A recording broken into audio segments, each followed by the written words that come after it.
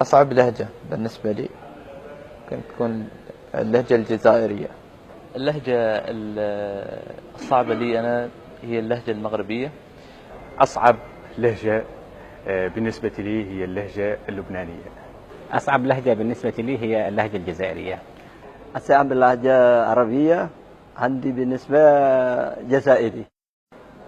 بالنسبة لي أصعب لهجة بالنسبة لي اللهجة اليمنية. أصعب لهجة بالنسبة لي هي لهجة أهلنا في شمال أفريقيا.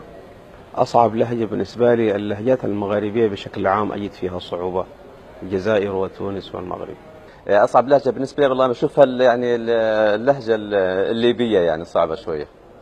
بالنسبة لأصعب لهجة هي اللهجة الجزائرية. أصعب لهجة بالنسبة لي اللهجة الجزائرية. أصعب لهجة جزائرية ما بفهمها بنوب. أصعب لهجة بالنسبة لي اللهجة المغربية.